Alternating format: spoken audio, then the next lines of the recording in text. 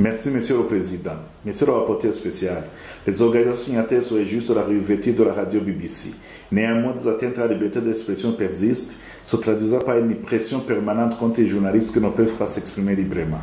Et dénoncent la persistance de graves violations des droits humains, malgré un discours politique apaisant du chef de l'État. Depuis octobre 2021 jusqu'au 31 mai 2022, les organisations des droits humains au Burundi dressent un bilan alarmant.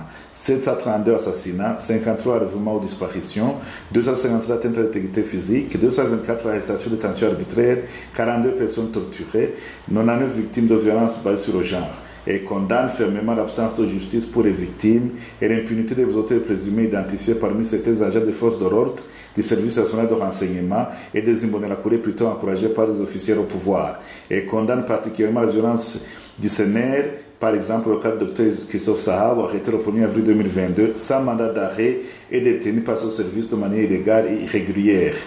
Et s'inquiète également de la mise en place récente d'une force de réserve et d'appui au développement qui pourrait couvrir des actions criminelles du gouvernement. Et demande la libération immédiate de l'avocat défenseur des droits humains Tony Germain Nina, incarcéré suite à un procès inéquitable et motivé de toute évidence par son ancienne affiliation à la PRODH. Enfin, les organisations signataires dénoncent le refus de collaboration avec votre mandat et demandent aux autorités burundaises d'autoriser votre visite au Burundi pour surveiller la situation des droits humains. Je vous remercie.